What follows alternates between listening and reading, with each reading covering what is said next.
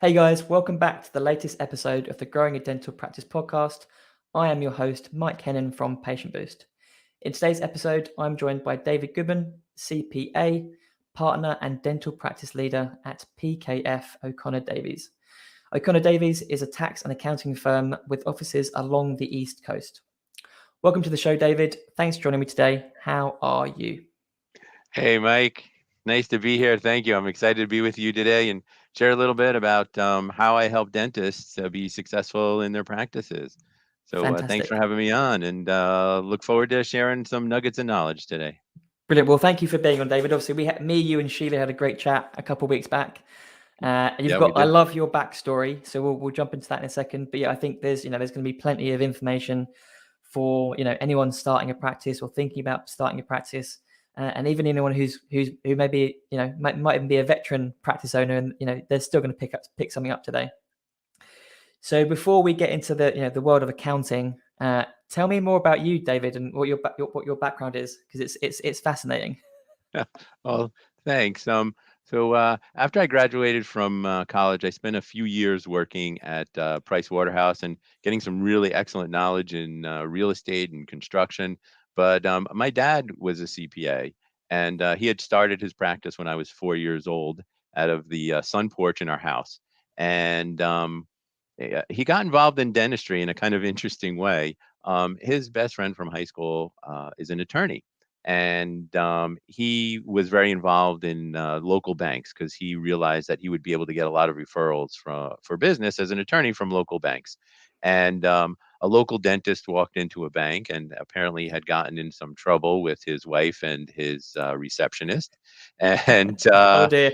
yeah, so he asked the person at the bank if they knew or could recommend a good attorney to help him out in this situation. And so they recommended my dad's best friend, and obviously they needed an accountant to get involved, and that began my dad's working with dentists. It turns out that this particular dentist, who raved about him and helped him out, was a professor at a local dental school. And he told all of his students and all of the other professors there that my dad was the best. And my dad started working with dentists because they all came to see him. And so when I joined the firm in the late 1980s, I started to learn a little bit more about dentistry. And it was about 10 years later when I felt like I was proficient enough and had that expertise that I would find out more about what dentists would need to know to be successful in their practices, and started to explore some data analytics and some benchmarks and metrics because we had enough practices that we worked with Mhm. that we could do some sort of analysis for them. And it was from that we continued to grow with the dentists that we worked with. And in 2001, we joined as one of the initial groups, the Academy of Dental CPAs, adcpa.org, which is a group of CPAs from around the US that all have this expertise in working with dentists. And we meet periodically. I'm really excited. I'm looking forward to our upcoming October 2022 meeting and seeing all my colleagues in person. And so I started to write and speak and do all this fun stuff with dentistry. And, here I am, next generation dental CPA. Yeah, fantastic. Because that was one thing that really strikes me when we first met. Like, I love asking dentists how they how they got into dentistry and how they came up with, or why they became a dentist. And I'm even more fascinated to talk to people like you and other service providers that, like, why did you go down the sort of the dental niche? Like it was almost like what, but it was almost like the path was set for you by your father. Yeah, I mean, I learned so much, and that passion of working with dentists came from watching my father and hearing from those doctors who had spent their entire careers with my dad as their CPA, and the lifestyle that they were able to have after they retired. It's hard work being a dentist. You have to look in these tiny dark holes, and you're always afraid that you're going to hurt somebody. But at the end of the day, there can be a very successful career of helping people in healthcare, which is so important, and then being able to get that lifestyle that they desire when they retired. And to hear the doctors talk to my dad and be so grateful for everything he was able to do for them, that kind of really got me excited, because I'm all about helping people. And Mhm. if I can help in with my professional career as well as in my personal life, I'm willing to do it. And so that's what got me excited, because dentists don't really get a business education. They're really good clinically, but they don't know necessarily how to run a business. They don't necessarily have the management skills, the leadership skills, or even the numbers acumen to be able to know what's going on in their practice. And they're spending most of their day in a room with patients just coming in and out. And a lot of things are happening in the business environment around them that they don't have the time to address. Mhm. And so I see myself as being somebody that can help them to kind of understand a little bit more about their role in the practice, and about what they should be looking at in terms of numbers, and how to Mhm. be a leader in the practice, Mhm. and how to set examples for the rest of the team to follow. Yeah, I love that, and you're singing from the same hymn sheet as me. I say this all the time, like dentists are great at what they do, and I love the fact that a lot of them go down the business ownership route, because we've both been there. We know that when you get it to work, the freedom and the opportunities when you're your own boss are great. But yeah, they just don't they don't leave dental school with that knowledge, and yeah, so hopefully people like yourself and us can help them with that. Um, what what is so with regards to dentistry? Like, what are you mentioned that you can advise them and things. So what is it that CPAs do um, in relation to running a dental practice, or what can you guys do to help a dental practice owner? We can do a lot of stuff. We can't help them win the lottery, but we certainly can help them in lots of other areas of their practice. One of the things that I tell anybody who is in business is that they should work with a CPA, first of all, that really understands your business. And so for me, I really think that I understand how a dental practice operates, and I feel that I can be a good um, mentor, advisor, trusted professional for dentists. What do we do for dentists? Well, as a typical CPA firm, every dentist has to file taxes. And so we can do all of that traditional stuff, but we go beyond offering just that service to our dental clients. We have enough data from all of the clients that we work with to look at benchmarks. How does your practice compare in overhead to the average practice? I can recite many different line items on profit and loss statement, and the percentage that they should be of practice collections. And so we can help doctors to find more profit in their practice by identifying areas where their overhead might be out of control. I'll give you a really great example. About 15 years ago, I started to work with a practice that had been working with a non-dental CPA, and I noticed that the dental supplies were 20%.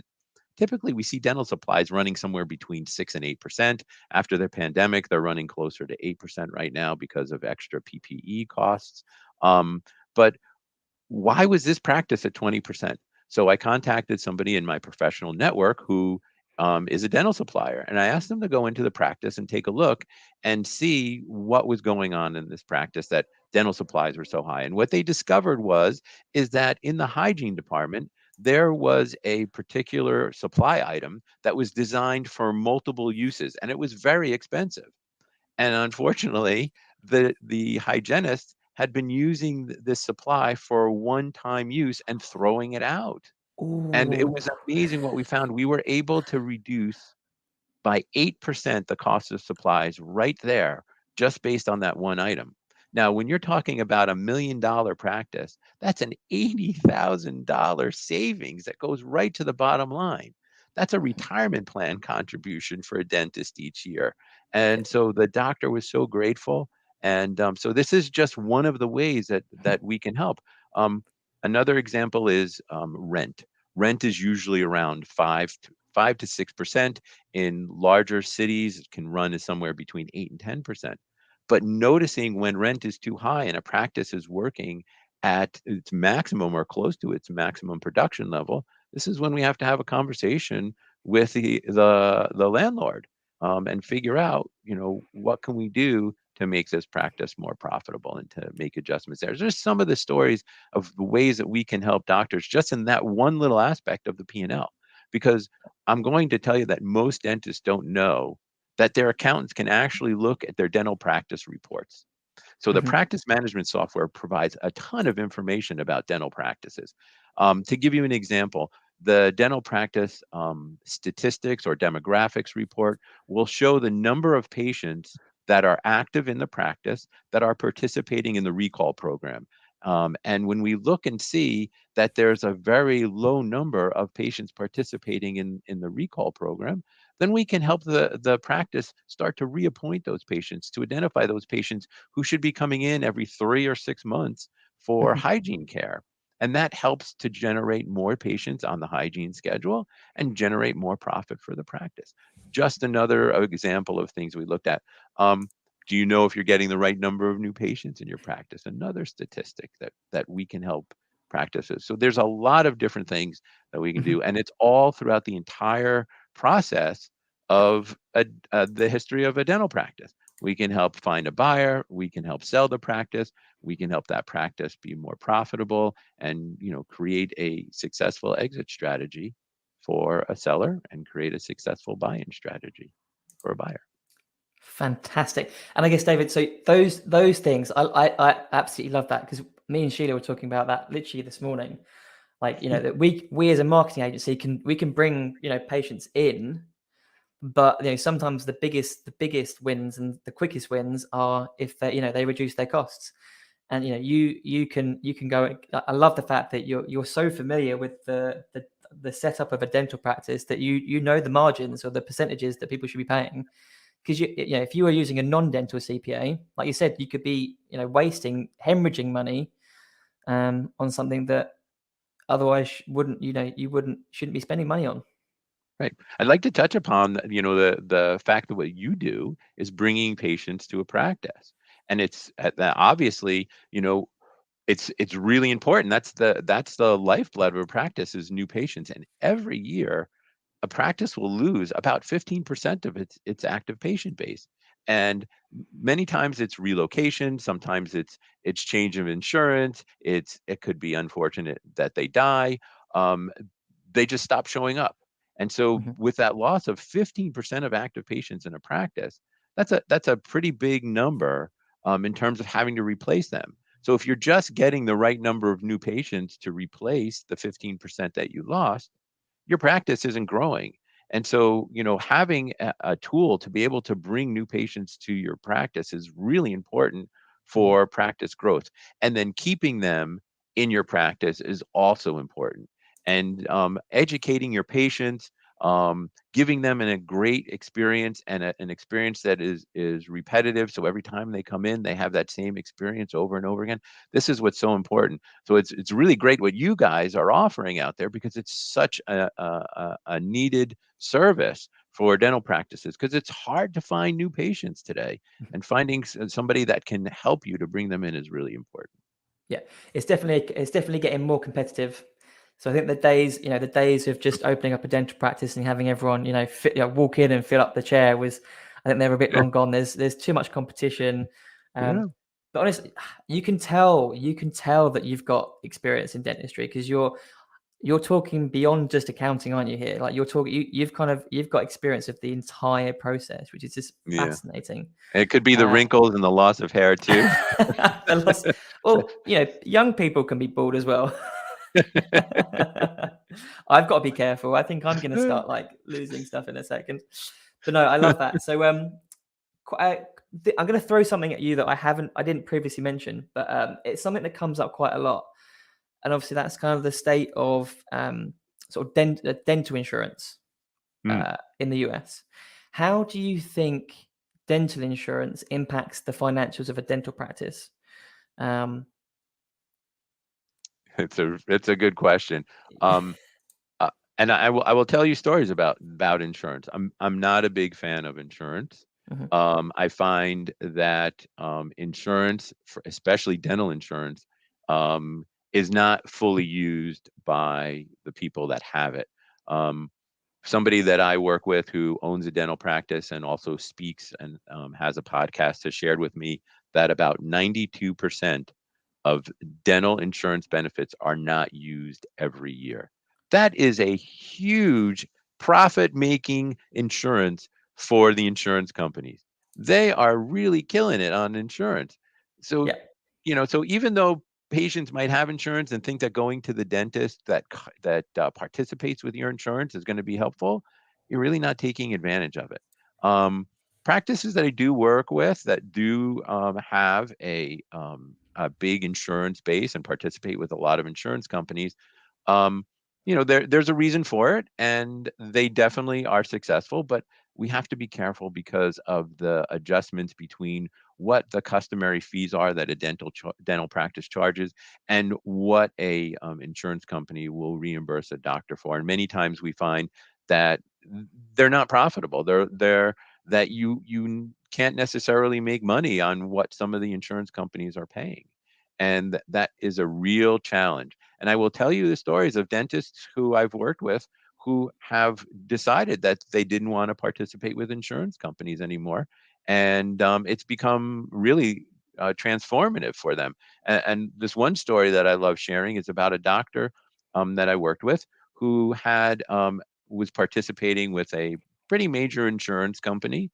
And he said about 60% of his patients were with this insurance company. And he understood the risks of no longer participating, but he felt he created a really good relationship with his patients to the point where even if he was no longer participating in their insurances, that um, that they would still come back to see him, that they would understand that they would probably have to pay a little extra for the care that they were receiving because they trusted this doctor. And his kids were growing up. They were going to college. One was playing on a hockey team, and he really wanted to go see his kids, and participate in their lives and the activities they were doing. So what we did was we dropped that insurance company, and we set expectations of what his income would be, so he understood. And we were very conservative with our calculations. And he did in the first year lose about 10% of revenue. I can tell you since then, his practice has more than doubled, and he no longer participates with that insurance company. And it was his practice returned back about 20% after that first year. So the growth has been phenomenal. And I don't think that doctors necessarily have to be beholden to insurance companies, and there are ways of actually getting them out of the practice.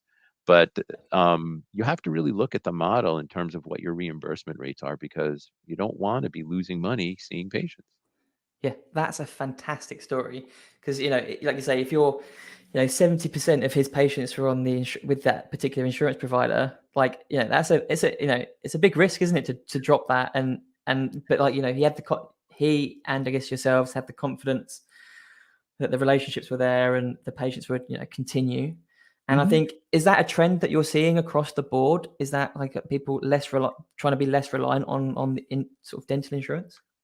Well, because of where I am located in the New York metropolitan area, where most of my clients are located, um, I don't see very many of them participating in insurance where it makes up a significant percentage Mhm. of their practice. So most of our practices are fee for service. Maybe they participate with, 3 or 4, maybe up to 6 PPOs, Mhm. but none of them seem to be reliant on the insurance patient for their practice revenue. Again, there are areas where we do see a lot of insurance patients, but um, we think that the model that works best is that fee for service model Mhm. of allowing the dentist to get paid for the value they're providing. And right now, what we're seeing in this time of rising costs, especially in the dental practice, that insurance companies are either leaving their reimbursements the same or actually reducing them. So this is kind of really frustrating for doctors who are with insurance companies. They have to work more or make less, and that's not a model that's successful for a dentist. No, absolutely not. And like you said at the start of the podcast, these guys and girls put in a lot of effort.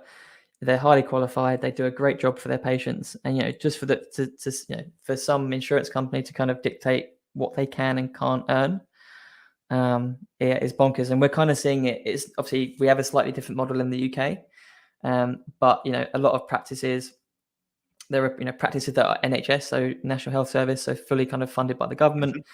And more, they are again kind of similar to like a dental insurance provider. They are reducing the amount that they want to pay out, and so everyone's sort of again moving to sort of that private care sort of fee per item sort of model. So yeah, it's fascinating, isn't it, how like two different countries are kind of experiencing a similar kind of trend in that space.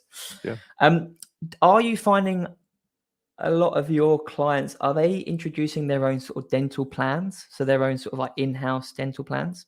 That's a great question, and yes, they do, and they are offering that to kind of offset the fact that they don't provide dental insurance. But again, it's for practices that are challenged by bringing in new patients, and this is a way for them to do that by offering an in-house plan. It's a discount plan. You can't really use the term insurance in when you're offering that. So they offer discount plans, family discount plans, all this kind of way to um, offer the patients an opportunity to see the dentist at what they think would be better for the dentist in terms of the fees, and obviously better for the patient because the doctor is willing to spend more time and care.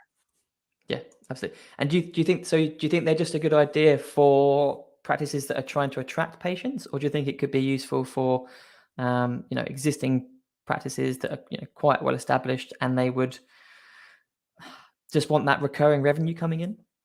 Yeah, of course. It works either way. If it's good, it's a good way to keep your patients. Although competition and switching dentists, especially when you've been with a dentist for a long time, is really helpful. And then if you want to retain them, it's a great model to do that, is to offer those in-house plans.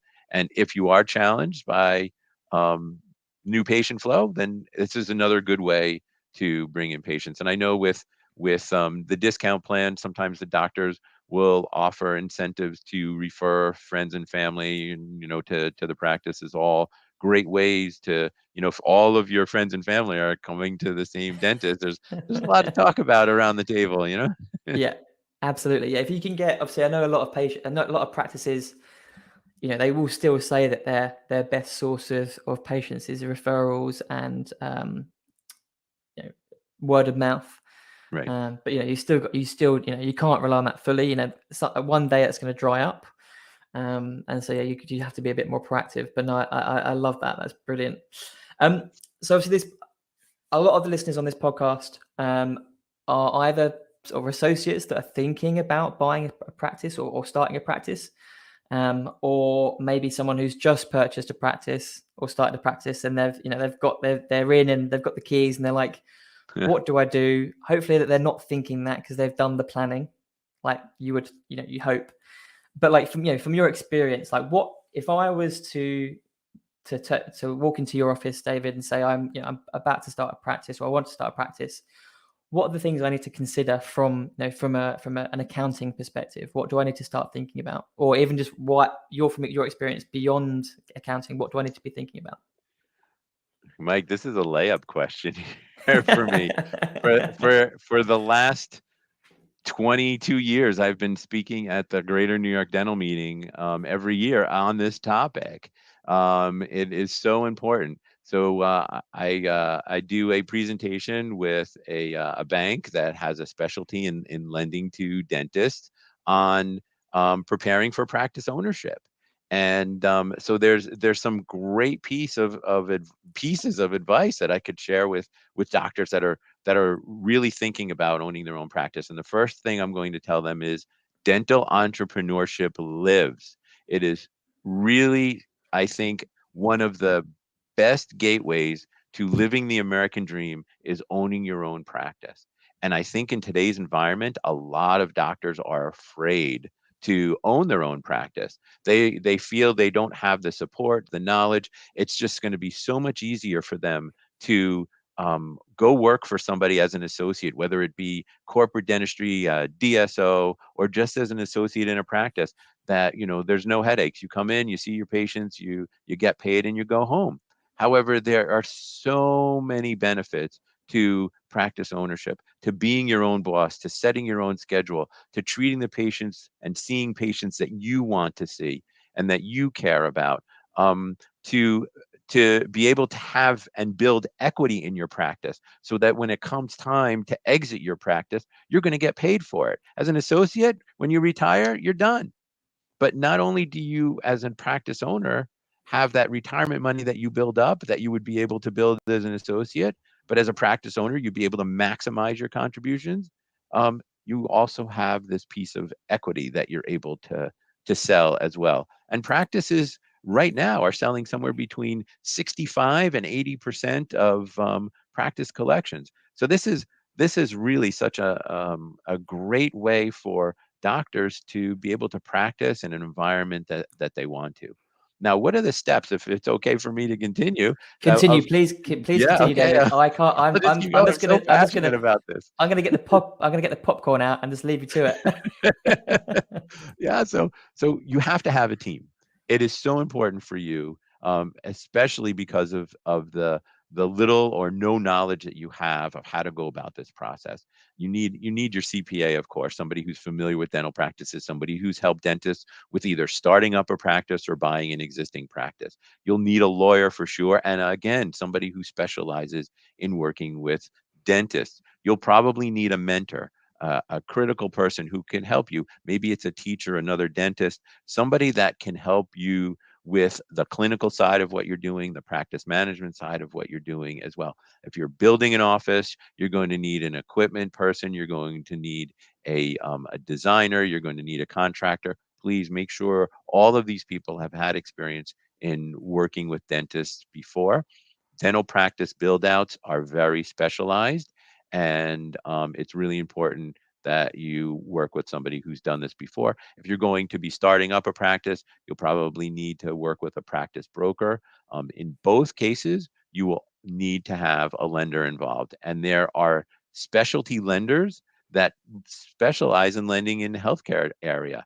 And so go to those specialty lenders.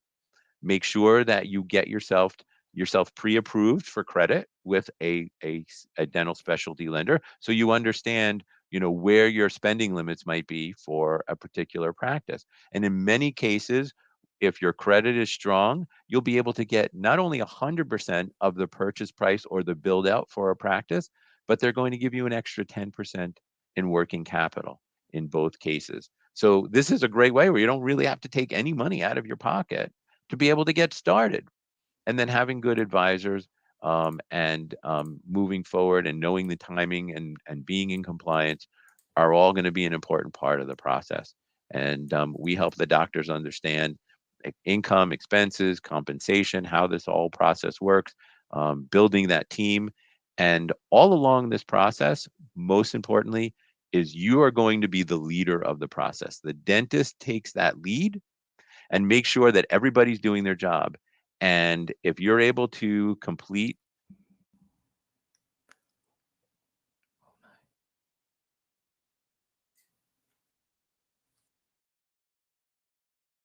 clerical people, your clinical people are now all part of a team, and you continue that leadership trend and getting everybody to work together for patient outcomes and a successful practice. David, that was fantastic. So All right, good. how was the popcorn, Mike? And you can tell you're passionate about it, and you can tell that's not the first time you've said that, because it just, it made so much sense. So the meet? So do you do quite a lot of startups and new practices? Yep. Yeah. Yes, definitely. So I work with practice brokers in the area, and I work with a lot of the lenders.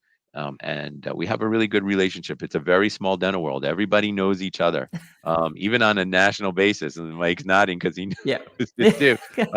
Yeah. So I was introduced to Mike and Sheila by a wealth manager who specializes in working with dentists.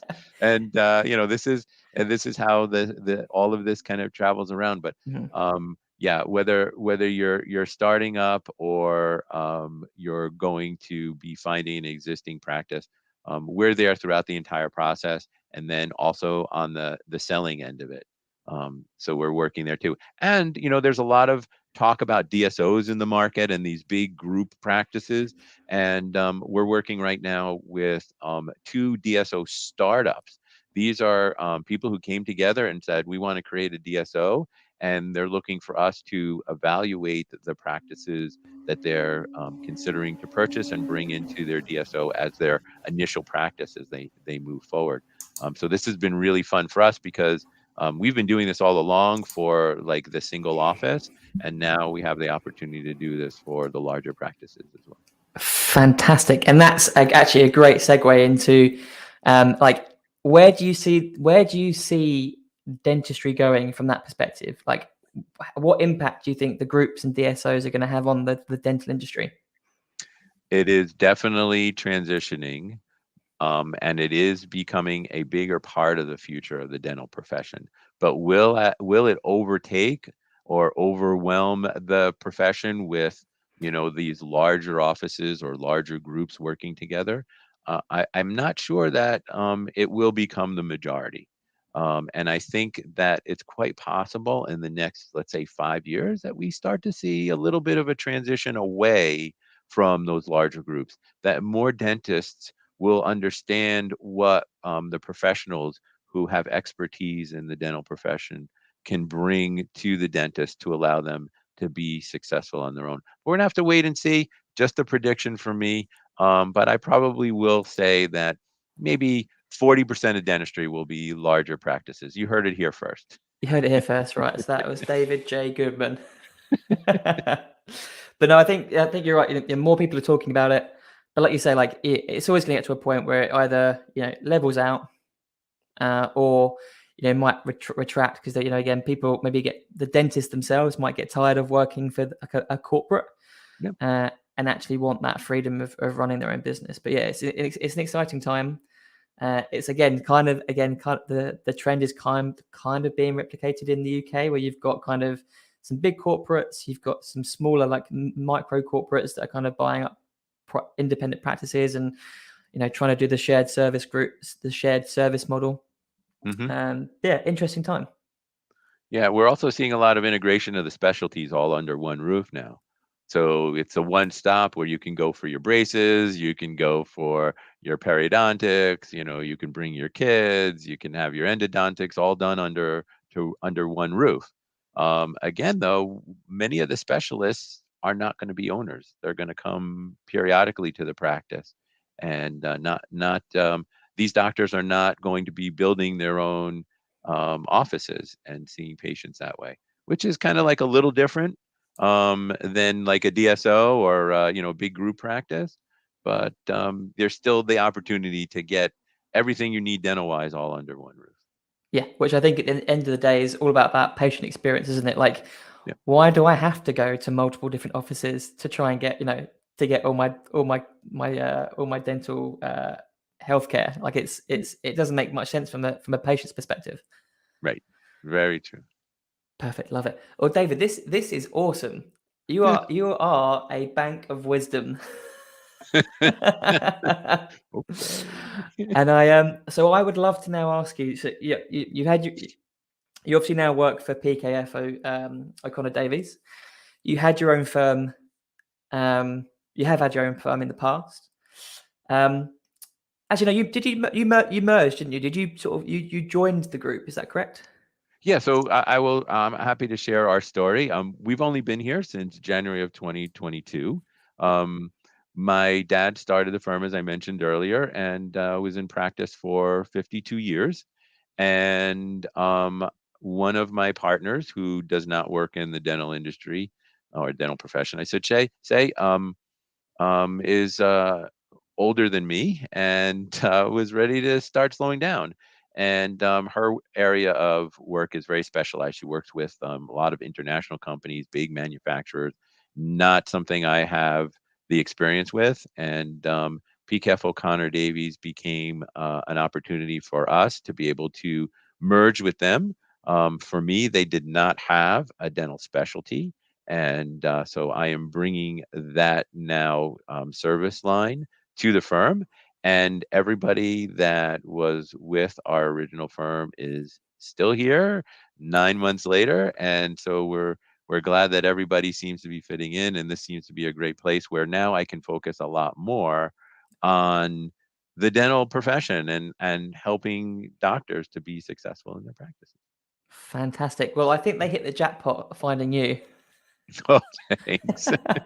They're like, yes. But no, so the reason I sort of bring that up is obviously, you know, you've got experience of running your own business. You've got plenty of experience of helping dentists and set up their own businesses and start their own practices, buy practices. You know, what is your number one piece of advice for anyone who is thinking about buying or starting a dental practice? You know, you might not be able to limit to one, but like, what are the key bits? I'll give you some really key bits. First of all, with the dental practice failure rate in the United States at less than 1%, less than 1% of dental practices will fail in the United States. The opportunity for practice ownership and being successful in your own practice is tremendous. And so don't be afraid. Um, to be successful, you have to take risks. I know that myself from being in my, own business. And you just need to be comfortable and understand that failure is okay, but there's a really slim chance you're going to fail in a dental practice, and you just need to be comfortable taking the risks and being an owner. Now, once you become an owner of a practice, couple of recommendations. First of all, find your practice before you buy your home. You don't want to be living too far from where your practice is, and because it's a burden traveling back and forth. And I believe successful dentists should live near or in the community that they work in. It's so important to create relationships with your patients. Um, and the other thing that I will tell you is, most importantly, is have a vision of what you want your practice to look like. I imagine many dentists were sitting in a classroom at some point in dental school and daydreaming a little bit and thinking about what their practice would look like if they owned a practice. And that vision that you have is something that you should focus on. But it's more than just an image. It has to have a value system, and it has to have a culture. And if you can build around your passion for dentistry and why you want to be a dentist, your team will buy into it, and your team will help you to be successful. Amazing advice. So good. So, oh man, honestly, so the less than 1% of dental practices fail. Yeah. That's an incredible statistic. Isn't it? That's amazing. Yeah. I saw it the other day. I was like, that's amazing. Like, I don't, and this is a good question for you actually. Like, I don't think I could be a dentist. Like, I wouldn't go, I don't think I could go back to school and become a dentist now. I don't think I'd want to do it back. But would you ever want to be, have you ever considered being a dentist or? Absolutely not. Um, oh, Yeah. I have I had no desire to follow a path towards medicine at all, Yeah. and for me, I'm a little clumsy too, and I have really big hands and fat fingers. Um, I don't think that anybody would want to be doing Yeah. that.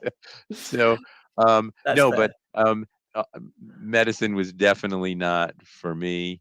Yeah. Um, my family does not have very many doctors in it. A lot of accountants, though, interestingly enough. Interesting. That's good. Yeah. And then I love your other advice. I think the advice around, living near your own practice is a great one because I do hear, and horror stories is probably the wrong thing, but like stories of, the owner is like an hour away from the practice, and like, it's not like you guys can do what we do and work from home. Like, you have to be in the practice. Yeah. So, you know, a 2-hour round trip without traffic, you know, that's unsustainable, isn't it? Oh, definitely. I mean, I'll tell you the story about a pediatric dentist that I worked with in Ulster County, New York, who lived in Philadelphia, Pennsylvania. Now, that's probably about a 3-hour commute.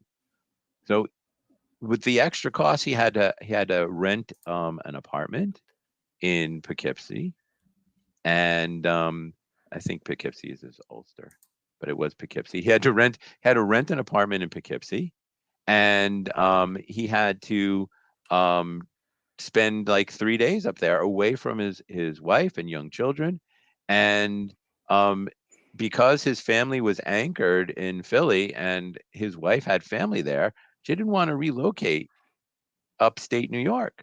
And so he was stuck in this process for a long time. And it was definitely very challenging. Eventually, he had to sell the practice because it was just having too much stress on his life and on his personal life.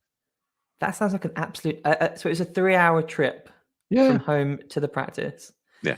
That's going to put a lot of pressure on the family. You're going to resent the practice. It's going to make you're going to be tired. You can be grumpy with the staff. Yep. Like, that's just one vicious cycle there. Right. And you make no connections with the community that you're in. Yeah. You don't have time. Right. So it's a great piece of advice, and I love that. You know, I do love that. You know, have a vision for your practice. You know, what do you want it to look like? What do you want people to experience when they come in? And I love your advice on, you know, get the team to buy into that vision, because, you know, at the end of the day, a dental practice is only as good as the team. You know, it's a living, breathing organism, a practice. So yeah, having them on board and willing to, you know, having the same values, so important. Mm-hmm. Yeah, and I share that from my own experience in my firm. We created a really interesting culture that everybody seemed to buy into.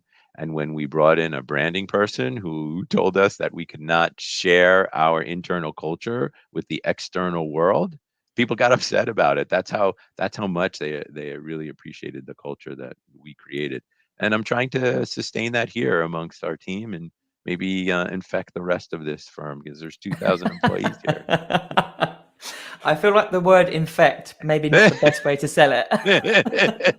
Yeah, we're in a medical environment. That's true. Yeah. So I'm just curious. I'm going off track now. So you brought a branding company in, and they were like, we don't feel like we can share your internal culture with the external world. Yeah. So our internal culture, and you could ask anybody who was with our firm what it was we called it having profound impacts. And every day we came to work to make a difference for others, to have a profound impact. It could be our clients, which were our number one priority all the time. It could be our own team, helping somebody out in a jam, you know, lending a hand, solving a problem. And it was our community too. We believed in giving back and making a difference. And we would raise money. We would volunteer. These were all things that were an important part of us. But when our branding company shared with us that having a profound impact would not resonate with the outside community, we had people who actually were like, oh no, we can't do this. So we kept the profound impacts internal. Externally, we had directions to prosperity, directions to business success, directions to retirement. You know, that was what we were able to tag ourselves in the public. Okay, interesting, because we again, similar. We're trying to create like a positive, value-led culture here at Patient Boost, and so one of our values is don't be a dick. I love it. Right, like Right. that's you know, that's kind of, you know, it's exactly, it kind of summarizes everything that you want someone to be. Don't be a dick. Right. But we have, maybe because we're marketing, we haven't spoken to a branding person, but we promote that on our website. Like, it's like, and we feel like that is it's almost like a client qualifier. Like, if you can't laugh at don't be a dick, then you're probably not the right person to work with us. Yep. And so so maybe if we had a branding person, they'd be like, no, you can't say that. But then we're also like, well, we want the way we do things to come through everything we do. But no, it's just interesting because that have a profound impact. Like that would have resonated with a lot of people. Dentists would like, they want to have an impact on their patients. They want to have an impact on their community. Like that probably would have resonated with a lot of people. Yep. You can steal it. It's fine. I'll take it. Yeah. Perfect. Anyway, David, this has been fantastic. Thank you so much for your time today. And all the nuggets. I've tried to make some notes so that when I go through it, I can pull them out. But no, super valuable. And I'm so glad that that our mutual acquaintance introduced us. So glad that you came on the podcast. And so, if anyone listening would love to speak to you or get in touch, how can they contact you? Oh, thanks for the opportunity. First of all, Mike, this has been lots of fun. I knew it was going to be, when I met you the first time and you would mention you were doing a podcast, I was like, oh, this is going to be great. So thank you so much. If you'd like to reach out to me, my direct line at the firm is 551-751-9641. I prefer email, and you can email me at D as in David Goodman at PKFOD.com. Fantastic, David. I will make sure that those details are in the show notes. I'll probably throw up a link to your LinkedIn profile as well. And really looking forward to sharing this episode with the wider dental community. I know it's going to help our listeners. And again, thank you so much for your time. It's been fun. Thanks so much. Brilliant. Thanks, David. Talk to you very soon.